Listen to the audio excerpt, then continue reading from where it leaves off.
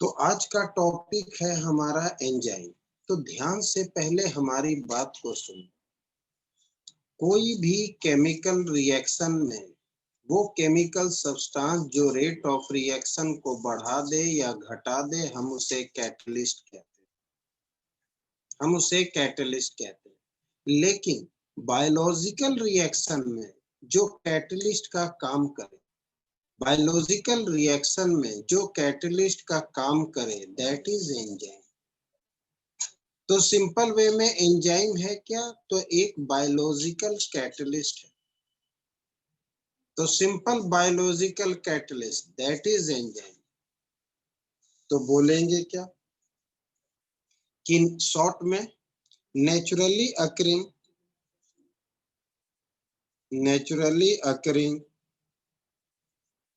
Condition पर ध्यान देना, हर वर्ड पर ध्यान देना। नेचुरली अकरिंग नाइट्रोजन कंटेनिंग, बिना नाइट्रोजन का नहीं, nitrogen containing organic compound, term पर भी ध्यान देना है। नाइट्रोजन कंटेनिंग और ऑर्गेनिक कंपाउंड, ये बात याद रखना। Used as biological catalyst.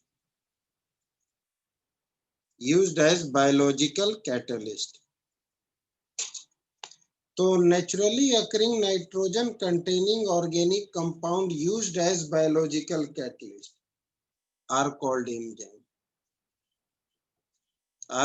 Enzyme. इसे ही हम एंजाइम कहते हैं।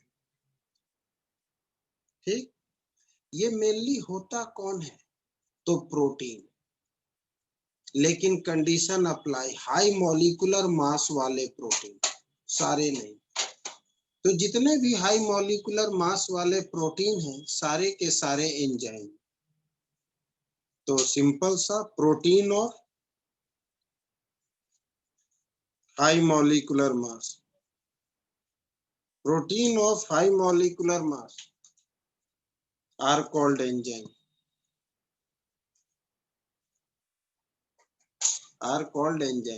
Protein of high molecular mass that is enzyme, simple way में।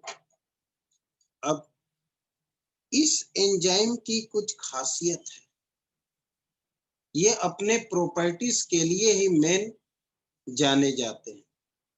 ये इनका प्रॉपर्टीज ही एक ऐसा है, जैसे इट इज हाईली स्पेसिफिक, मतलब हाईली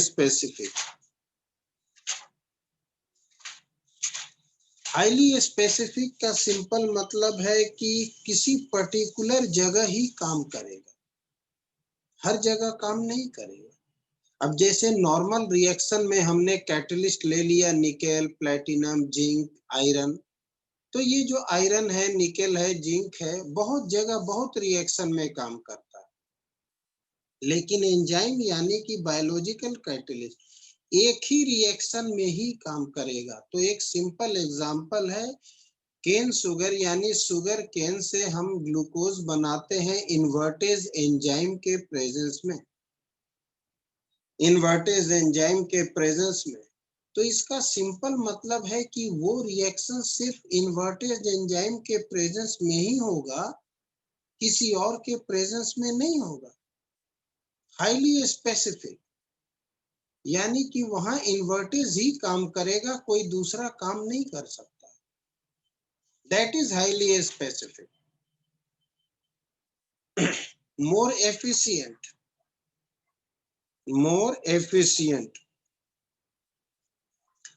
एफिशिएंट का सिंपल मतलब कि एंजाइम का एक मॉलिक्यूल रिएक्टेंट के लाखों करोड़ों मॉलिक्यूल को एक्टिवेट कर देता है।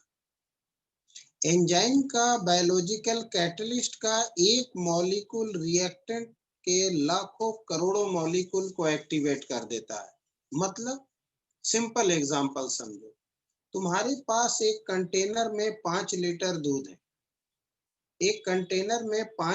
दूध है, तुम्हारे हाथ से आधे चम्मच दही उस दूध में गिर गया। अगले दिन जब तुम उठोगे तो 24 घंटे के बाद देखोगे तो पूरा का पूरा दूध दही बन गया। मतलब 5 लीटर दूध को दही बनाने के लिए आधे चम्मच दही भी काफी है। That is more efficient. मतलब इसके एक मॉलिक्यूल लैक्टोबैसिलस एंजाइम, बिल्कुल सही जवाब मोहम्मद अहमद।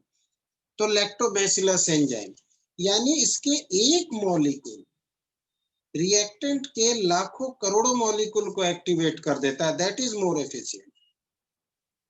फिर act under optimum temperature, act under optimum temperature and pH. मतलब समझना है, लर्न तो कर ही लेंगे। जैसे कि देखते हो कि कुछ दूध ऐसे हैं कि जब दही बनाने गए तो बड़ा मजे में आसानी से दही बन गया।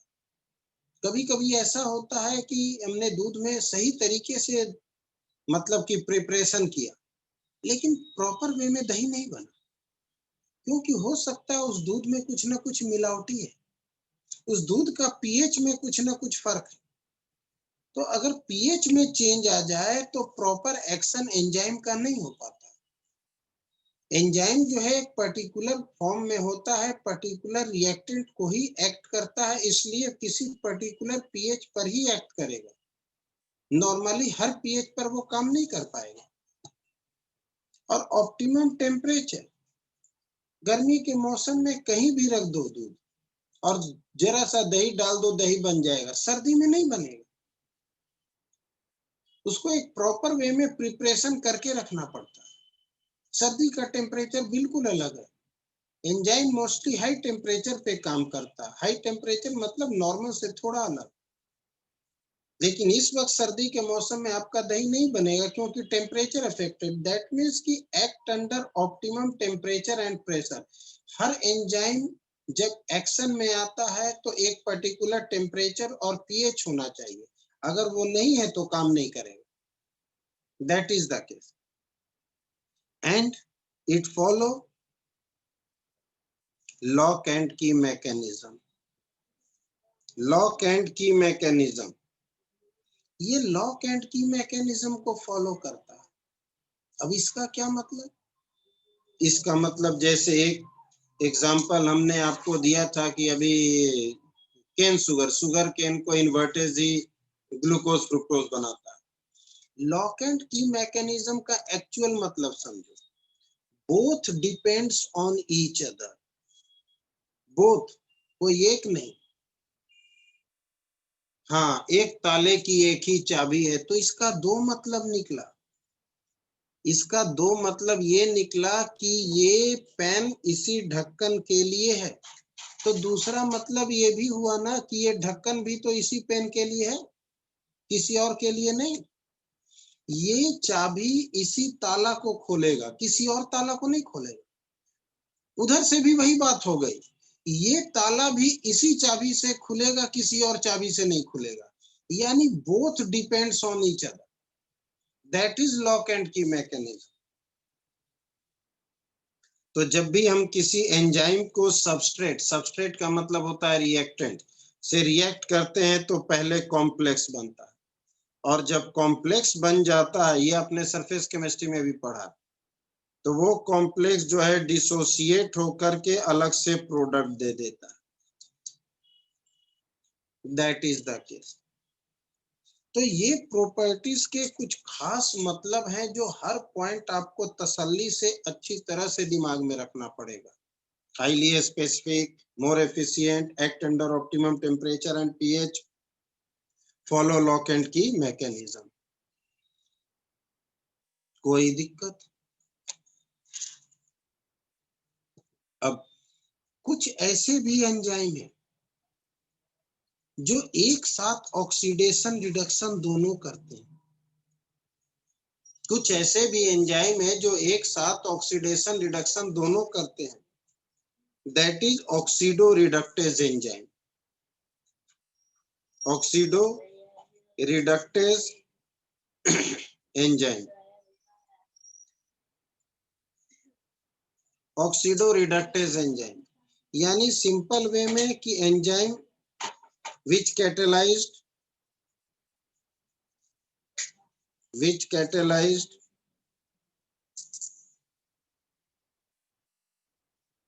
the oxidation of one substrate and simultaneously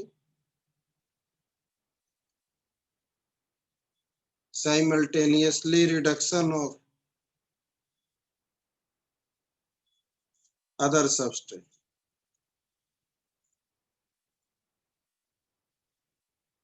Reduction of other substrate.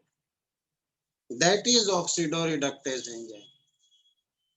एक ऐसा एंजाइम जो ऑक्सीडेशन रिडक्शन दोनों एक साथ करे उसे हम ऑक्सीडोरिडक्टेज एंजाइम कहते हैं। अब बहुत सारे एंजाइम है, अभी तो हमने एंजाइम का नाम भी नहीं लिया, ये नहीं, नॉर्मल एंजाइम का नाम एग्जांपल लिख रहे हैं, ऑक्सीडो का नहीं। जैसे इन्वर्टेज, जाइमेज, माल्टेज, यूरिएज, ईटीसी, बहुत तरह के एंजाइम, बायो वाले को तो वैसे भी पता होगा एंजाइम ये जो कुछ भी है। अब that is the simple enzyme. ठीक, अब आते हैं हम विटामिन्स में। विटामिन्स तो ध्यान देना, प्रैक्टिकल लाइफ से रिलेटेड तो ये बहुत बड़ी बात है। विटामिन्स की अगर बात करेंगे, कुछ टॉपिक ऐसे हैं जिनसे रिलेटेड अगर हम प्रैक्टिकली भी बात कर ले तो वो ज्यादा बेहतर है। तो सबसे पहले विटामिन्स है क्या, तो ध्यान देना, तो विटामिन्स वो ऑर्गेनिक कंपाउंड है, यानी कि सिंपल वे में organic compound required in diet. ये बात भी याद रखना, बहुत सारी बातें पढ़ते समय नजरअंदाज करते हैं। जितने भी बायोमोलिक्यूल्स हैं सारे के सारे ऑर्गेनिक कंपाउंड ही है। अभी हम जवाब देंगे, हमारी बात पहले ध्यान से सुनो। जितने भी ऑर्गेनिक कंपाउंड है, मतलब सॉरी, जितने भी बायोमोलिक्यूल है सारे के सारे ऑर्गेनिक कंपाउंड ही है, चाहे कार्बोहाइड्रेट हो, एंजाइम हो, प्रोटीन हो, विटामिन हो, nucleic acid, hormones, lipid, all are organic compound. इसलिए ये भी एक ऑर्गेनिक केमिस्ट्री का ही पार्ट है, दिमाग में रखना, बायोमोलिक्यूल्स। तो organic compound required in diet in a small amount,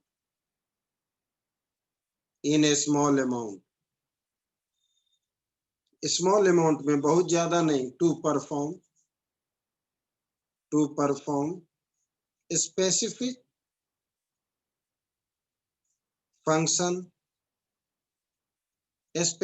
function for normal maintenance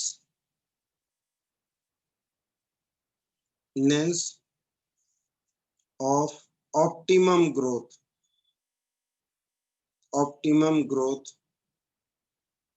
and health of organism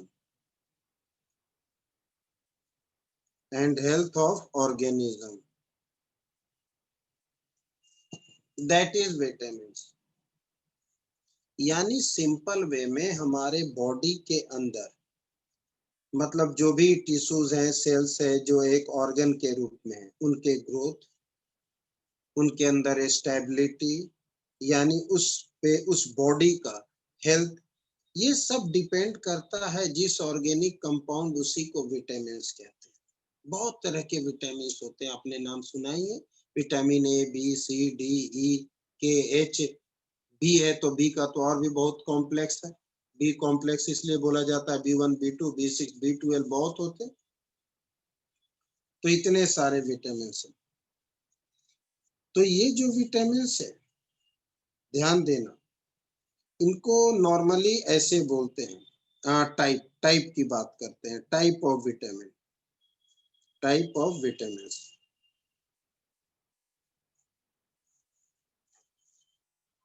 vitamin दो तरह के होते हैं। एक है हमारा वाटर सॉल्युबल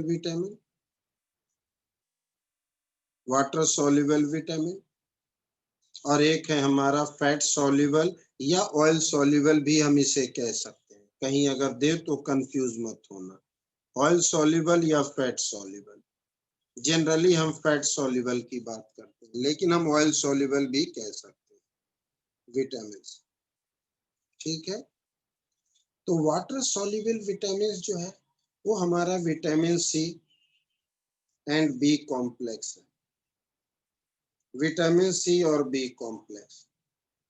और ऑयल सॉल्युबल जो है उसे हम कीड़ा के नाम से जानते हैं, याद रखने के लिए कीड़ा, के E D A. Vitamin A, vitamin D, vitamin E, vitamin की यानी कीड़ा, दैट इज फैट सॉल्युबल और ऑयल सॉल्युबल। ठीक, ये जो फैट सॉल्युबल है हमारे बॉडी के अंदर स्टोर रहता है, अगर एक्सेस में बॉडी में चला गया तो किसी न किसी जगह स्टोर रहता है, और जब जब हमारे बॉडी की रिक्वायरमेंट होगी वो धीरे धीरे रिलीज करेगा, लेकिन बहुत ज्यादा एक्सेस में नहीं, वो भी नुकसान करता है।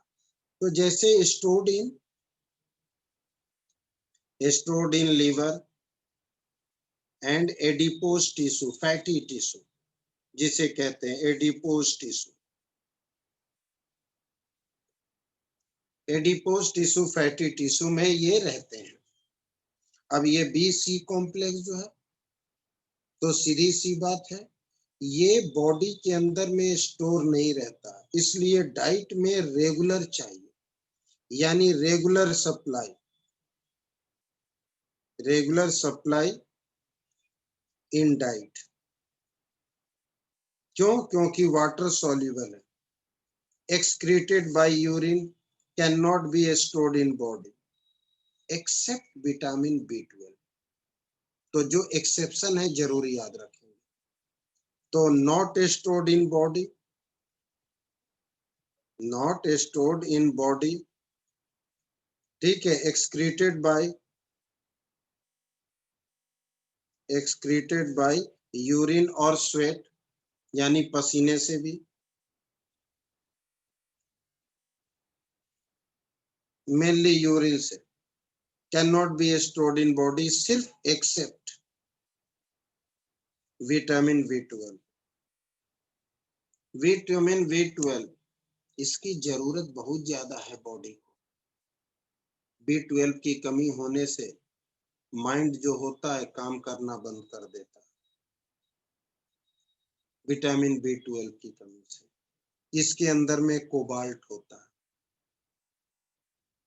एक एक नंबर के लिए इसके अंदर कोबाल्ट होता है, इसका केमिकल नेम है साइनोकोबाल्मिन, साइनोकोबाल्मिन कॉमन नेम है। तो अब जरा इन पे रिलेटेड कुछ बातें की जाए। ठीक, तो ये हमारा फैट सॉल्युबल, ये है हमारा B complex and C water soluble. Vitamin B12 को छोड़कर टेबल तुम्हें याद रखना है एनसीईआरटी का, जिसमें सोर्स एंड डेफिशिएंसी दिए हुए, सोर्स एंड डेफिशिएंसी की कहाँ ये पाए जाते हैं, इनके डेफिशिएंसी से कौन कौन सी बीमारियां होती हैं, ये कहाँ मिलते हैं, इनके डेफिशिएंसी से कौन कौन सी बीमारियां होती हैं, ये चीज। अब बच्चे सोचेंगे बीमारियां तो याद कर ले, सोर्स को कैसे कैसे याद रखें। एक सेकंड हम पेज पलट दे, किसी को इनमें कुछ पूछना है, पेज पलटने जा रहे हैं, किसी को कोई दिक्कत हो बोलना, पेज पलटने जा रहे हैं, ध्यान देना।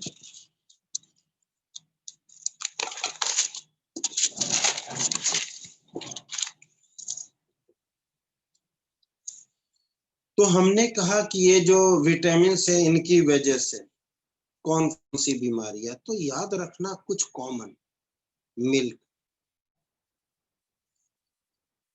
All vitamin present, all vitamin, protein, carbohydrate सब प्रेजेंट है, कार्बोहाइड्रेट सारे के सारे एक्सेप्ट सिर्फ विटामिन सी को छोड़कर। तो कुछ तो एक कॉमन एग्जांपल याद रखें, इसलिए कहा जाता है कि हर इंसान को दूध पीना चाहिए और जूस पीना चाहिए, क्योंकि विटामिन सी आपको फ्रूट्स, खासकर सिट्रस फ्रूट, लेमन से ले लो, ऑरेंज से ले लो, मौसमी से ले लो, बाकी मिल्क मोर देन सफिशिएंट, क्योंकि मिल्क वेज और नॉन वेज दोनों के लिए, इसलिए कहा जाता है। तो ये जानना जरूरी है कि इनका सोर्स क्या है और इनके डेफिशिएंसी क्या है। अब शॉर्ट में अगर हम डेफिशिएंसी की बात करते हैं, डेफिशिएंसी हमने अभी अभी ये भी कहा कि आपको टेबल लर्न करने हैं। टेबल है आपका बुक में 14.3, लर्न टेबल 14.3 आपको हमेशा के लिए याद रखना है, बहुत जरूरी है। तो all vitamin, protein, carbohydrate present in milk except vitamin C, इनके डेफिशिएंसी, जैसे ए की डेफिशिएंसी से नाइट ब्लाइंडनेस, जेरोप्थेमेलिया या केमिकल नेम है। विटामिन बी कॉम्प्लेक्स की कमी से, तो बी कॉम्प्लेक्स में तुम्हें हर किसी का याद रखना होगा टेबल से। वैसे बी कॉम्प्लेक्स में हम बेरी बेरी कह लेते हैं, लेकिन पायरिडॉक्सिन है, थायमिन है, बहुत सारे, यानी B1, B2, B6, B12 सबके अलग अलग पर्टिकुलर, जो तुम्हें याद रखना। अब अगर विटामिन सी की बात करते हैं तो स्कर्वी, मसूड़ों में सूजन। विटामिन डी की बात करते हैं तो रिकेट्स, ऑस्टोमिलेसिया, हड्डियों की कमजोर, हाथ पैर के हड्डियां यूं मुड़ने लग जाते हैं, यानी इस शेप में आ जाते हैं, टेढ़ा होने लगते हैं।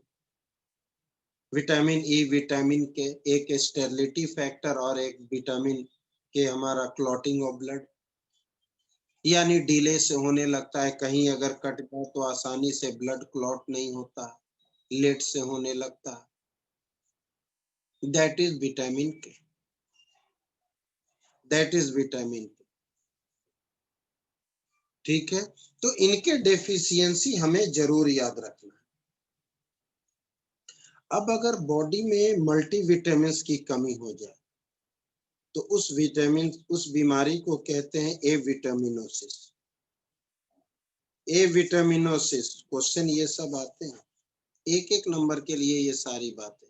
ए विटामिनोसिस का सिंपल मतलब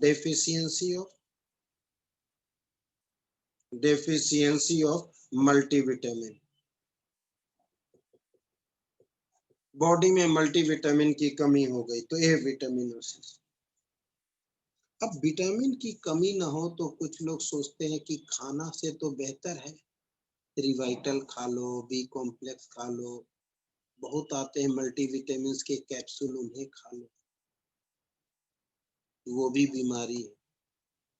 सप्लीमेंट पर कभी मत ध्यान दो, तुम डाइट जितना लो, अगर सप्लीमेंट लेते हो तो नुकसान होता है,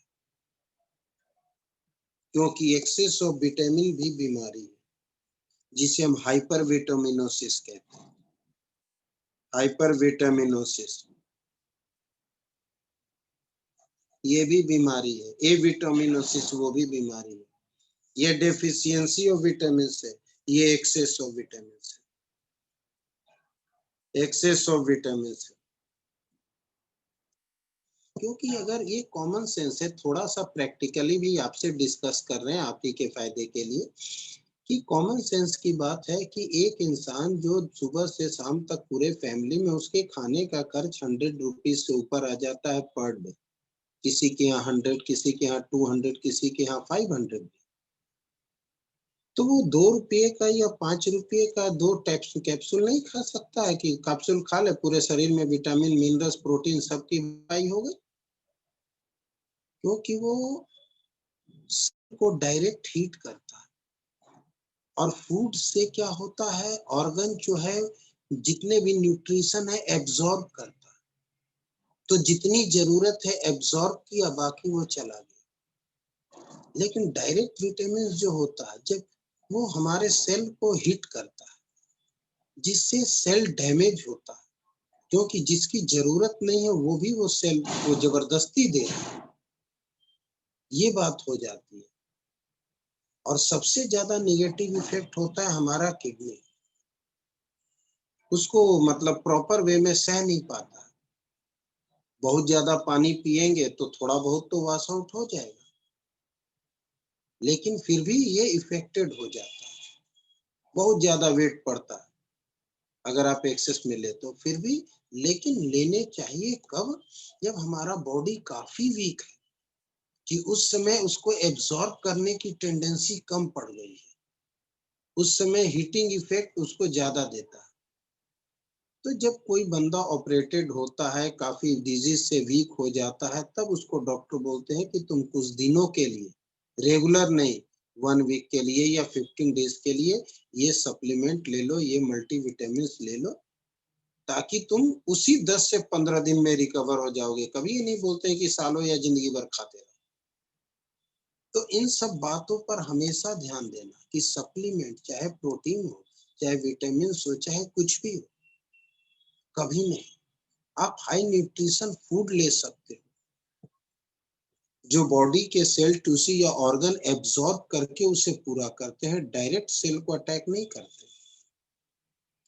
इसलिए इन सब बातों पे ध्यान देना जरूरी है कि विटामिन लेना जरूरी है। फूड को बदल बदल कर खाना चाहिए, एक ही तरह का फूड एवरी डे नहीं। कोई जूस भी पी रहा है तो डेली अगर ऑरेंज का जूस पी रहा है तो वो भी गलत है।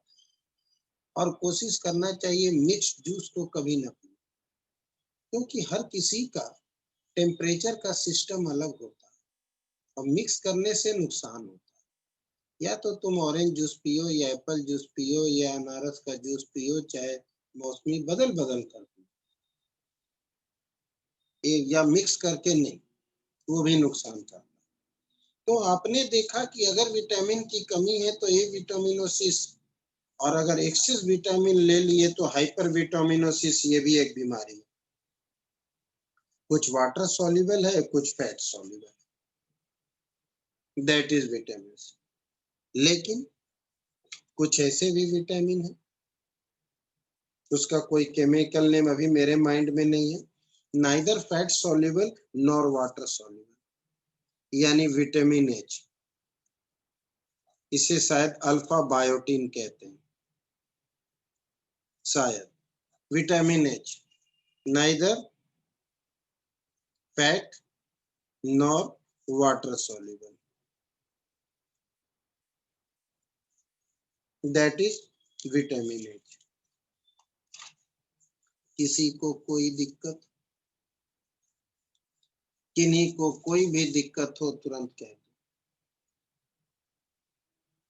किन्हीं को कोई भी प्रॉब्लम हो तुरंत कह सकते हैं, दैट इज विटामिन। अब हमारा विटामिन हो गया। अब विटामिन हो गया तो अगला है न्यूक्लिक एसिड। सिंपल वे में nucleic acid, nucleic acid. Nucleic acid क्या है? सिंपल वे में हमारे बॉडी के अंदर में those particle in the nucleus of the cell responsible for heredity are called chromosome। खासकर बायो वाले, या इतना वर्ड तो वो 9th-10th में भी पढ़े होंगे जिसके पास बायो नहीं है, कि particle in the nucleus of cell responsible for heredity are called chromosome, which are made up of two things. One is protein, जो हम पढ़ चुके, and another is nucleic acid। Simple way में तो हमने कहा क्या कि particle in the nucleus, particle in the nucleus of cell responsible for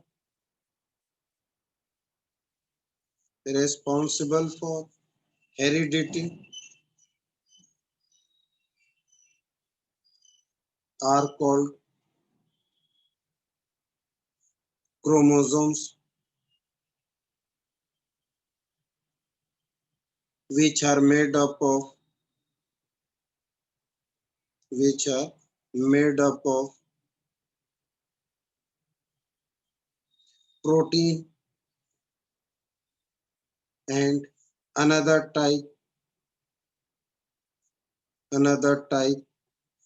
of biomolecule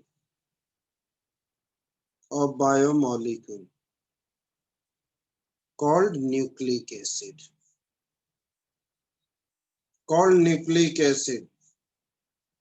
जिसे हम न्यूक्लिक एसिड कहते हैं।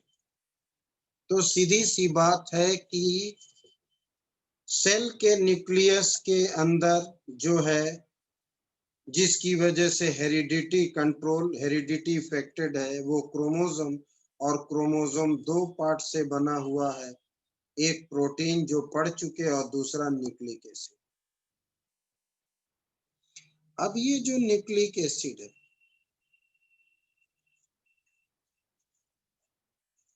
अब ये न्यूक्लिक एसिड भी जो है दो तरह के, दो तरह के हैं। पहला डीएनए और दूसरा आरएनए, डीऑक्सीराइबोन्यूक्लिक एसिड और ribonucleic acid, deoxyribonucleic acid and ribonucleic acid. ठीक, अब इनमें आते हैं कि डीएनए को जब हम हाइड्रोलाइज्ड करते हैं, अगर हमने डीएनए को हाइड्रोलाइज्ड किया तो ये क्या देगा? तो तीन बातें, एक पेंटोस शुगर, दूसरा फॉस्फोरिक एसिड एंड तीसरा nitrogen containing heterocyclic compound, that is base. इसे नाइट्रोजेनियस बेस कहते हैं, जिसे हम नाइट्रोजेनियस बेस कहते हैं क्योंकि बेस जो है हमारा nitrogen containing heterocyclic compound,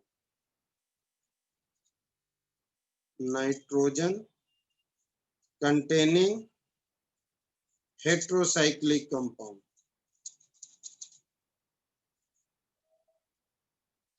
heterocyclic का सिंपल मतलब होता है साइकिल के अंदर कोई भी दूसरा एलिमेंट बंधा होना। जैसे फुरान, ऑक्सीजन बंध जाता है साइकिल में, थायोफिन, सल्फर बंध जाता है साइकिल में, उसी तरह से नाइट्रोजन बंध जाता है तो पायरिडीन है, पायरोल है, pyrimidine है। तो ये नाइट्रोजन कंटेनिंग हेटेरोजेनियस। तो डीएनए को जब हाइड्रोलाइज्ड करते हैं तो pentose sugar, phosphoric acid and base, इसका सिंपल मतलब इन्हीं तीन से मिलकर ये बना है, ठीक है। अब सबसे बड़ी बात है, सेम केस आरएनए का भी, same hydrolysis for RNA, short में लिख दिए। आरएनए में भी सेम है, ये भी जब हाइड्रोलाइज्ड होगा तो यही 3 यूनिट देगा, सेम केस दोनों में। लेकिन ये जो बेस है नाइट्रोजन कंटेनिंग बेस, दोनों में अलग अलग। अगर हम डीएनए की बेस की बात करें कि डीएनए कंटेन 4 बेस, कौन कौन से? एडेनिन, थाइमिन, साइटोसिन और guanine. Adenine, thymine, cytosine, guanine. Same case RNA के लिए सेम बेस, सिर्फ एक का फर्क है, आपको भी पता होगा, uracil in place of thymine. In place of thymine. बाकी सब कुछ वही है, एडेनिन, गुआनिन, साइटोसिन, तीनों वही है, सिर्फ यूरेसिल प्रेजेंट होता है थायमिन के जगह पर। That is the case. ठीक, अब पर पेज पलटने जा रहे हैं। किसी को कुछ भी पूछना हो तो बोलना जरूर, यहाँ सर यहाँ प्रॉब्लम, किसी को कोई भी प्रॉब्लम। अब ये जो 4 बेस आपने देखा और हाइड्रोलाइसिस होने के बाद में 3 कंपोनेंट्स मुझे मिले, ये 3 कंपोनेंट्स आपस में जुड़े कैसे होते हैं ये भी जानना।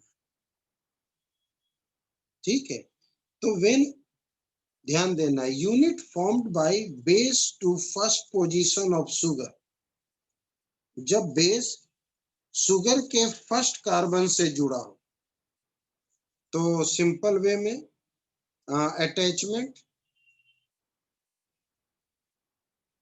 Attachment of base to first position, first position यानी जहां से काउंटिंग शुरू होती है, फर्स्ट पोजीशन ऑफ शुगर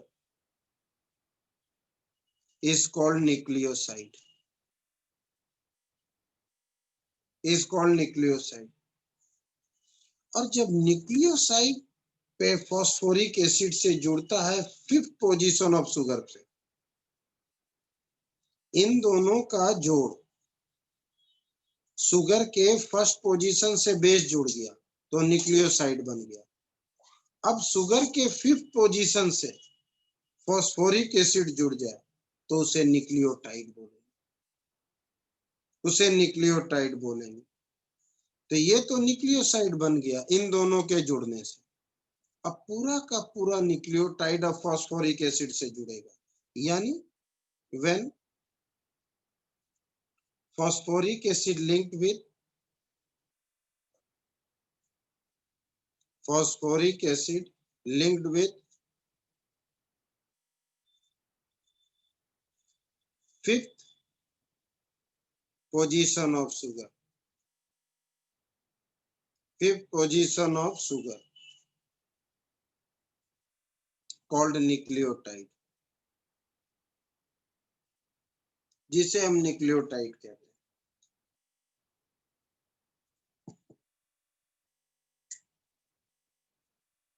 अब एक छोटी सी बात, मैंने की कुछ चीजें हैं जो आपको इमेजिन करने होते हैं डायग्रामेटिकली, फिर भी अभी बताएंगे कि when nucleoside join together by phosphoric acid, जो हमने अभी यहाँ कहा कि फॉस्फोरिक एसिड जब हम न्यूक्लियोसाइड से जोड़ते हैं यानी fifth position of sugar, joined together by phosphoric acid between fifth and third carbon of pentose sugar,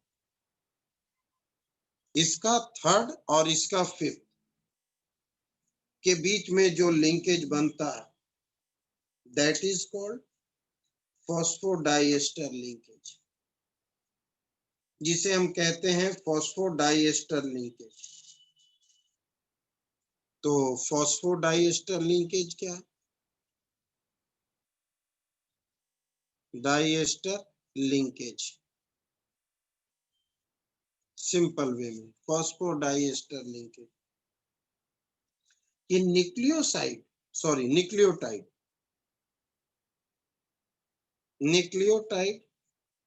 joined together by,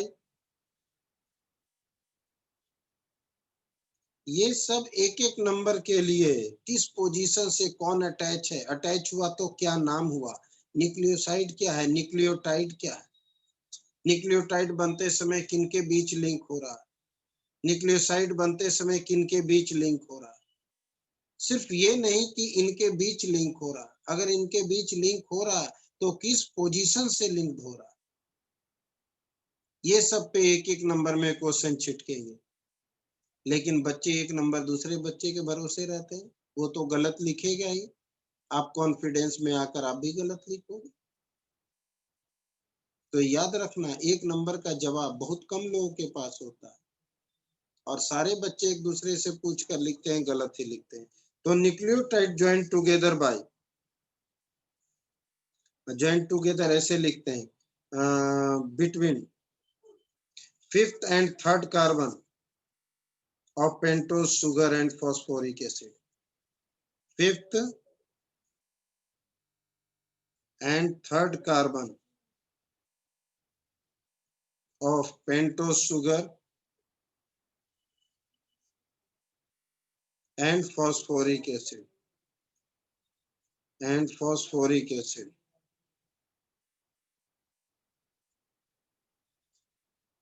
ये पॉइंट आपको अच्छी तरह से लिखने, ठीक। अब बहुत ध्यान से, अब डीएनए के अंदर में कुछ पॉइंट्स होते हैं, डीएनए के अंदर में कुछ पॉइंट्स होते हैं। In DNA 2 nucleic acid,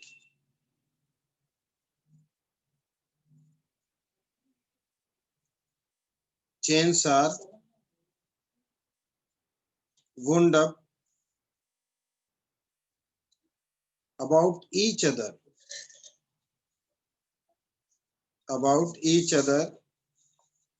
and held together by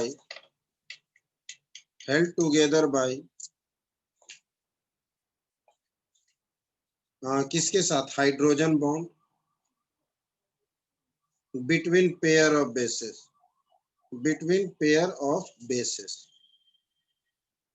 and कहते हैं कि the two strands are complementary to each other, क्योंकि हाइड्रोजन बॉन्ड जो होता है स्पेसिफिक पेयर के बीच होता है। 1 नंबर क्वेश्चन में भी आता है कि हाइड्रोजन बॉन्ड जो होते हैं, कि hydrogen bond are formed between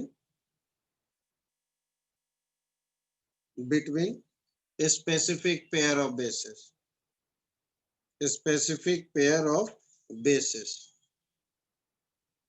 it means complementary to each other,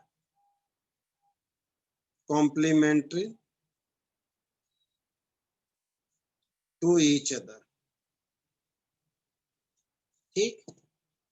तो आपने जो अभी अभी आरएनए, डीएनए और न्यूक्लिक एसिड के बारे में अभी जो कुछ भी लिखा, इसको जरा डायग्रामेटिकली समझो तो पूरा का पूरा पिक्चर क्लियर हो जाएगा। अगर हम इसको डायग्रामेटिकली थोड़ा समझ लेते, जो कुछ भी आपने, क्योंकि यहां से यहां तक जरा थ्योरी चल रहा था, ठीक। तो हमने अभी अभी शुरू में क्या लिखा, डायग्रामेटिकली चल रहा है कि particle in the nucleus of cell responsible for heredity chromosome, यानी सीधी सी बात है कि हमारे पास सेल है, सेल के अंदर में न्यूक्लियस है, सेल के अंदर न्यूक्लियस है, और न्यूक्लियस के अंदर में क्रोमोसोम्स है रिस्पॉन्सिबल फॉर हेरिडिटी,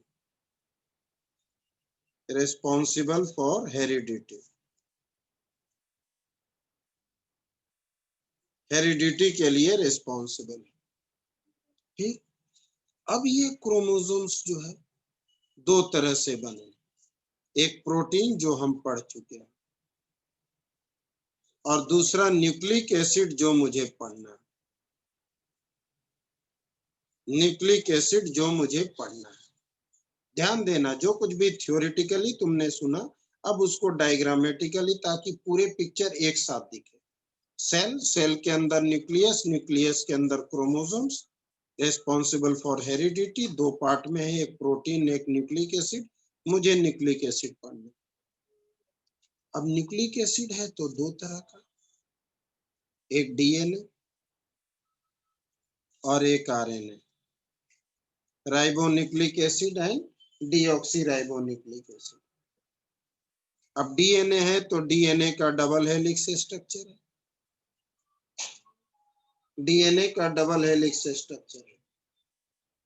और आरएनए का सिंगल हेलिक्स स्ट्रक्चर है। सच structure given by Watson and Crick. Double helix, double strand given by Watson and Crick. Watson and Crick. RNA का double helix structure, double strand, ये RNA. RNA जो है, अब DNA जो है responsible for heredity, DNA responsible for heredity, for heredity. RNA responsible for protein synthesis, for protein synthesis।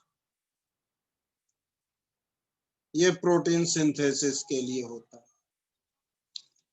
अब RNA तीन तरह का है, एक एमआरएनए मैसेंजर, एक टीआरएनए ट्रांसफर, एक आरआरएनए राइबोसोमल। तीन तरह के आरएनए। अब दोनों में से किसी को भी अगर हाइड्रोलाइज्ड करते हैं, हाइड्रोलाइज्ड कर रहे हैं, हाइड्रोलाइसिस, तो मुझे 3 यूनिट मिलते हैं, एक पेंटोस शुगर, दूसरा फॉस्फेट और तीसरा नाइट्रोजेनियस बेस। तीसरा नाइट्रोजेनियस बेस। 3 तरह के मिलते हैं। जो कुछ भी थ्योरी में आपने लिखा पढ़ा उसको डायग्रामेटिकली एक साथ देख लेंगे, समझ में सब आ जाएगा। नाइट्रोजेनियस बेस।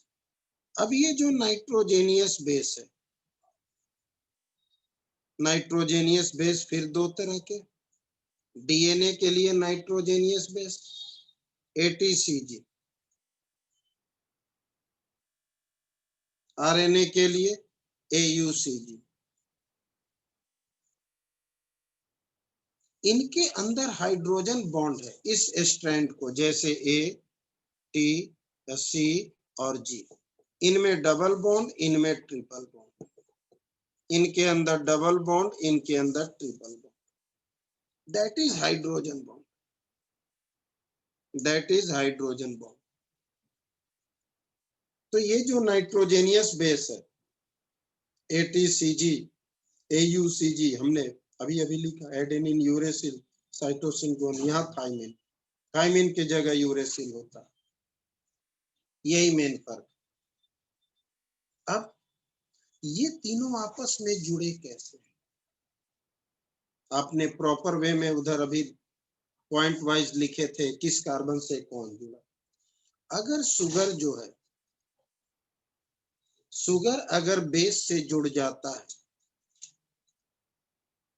तो इस पूरे से कॉम्बिनेशन को, शुगर किस कार्बन और बेस के किस कार्बन 1 और 5, 1 और 3, ये सब याद रखना होता है।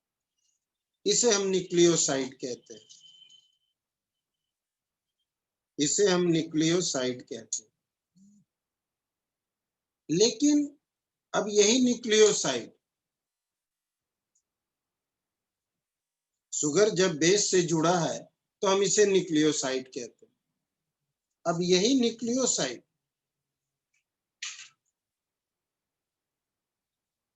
जब फॉस्फेट से जुड़ा होता है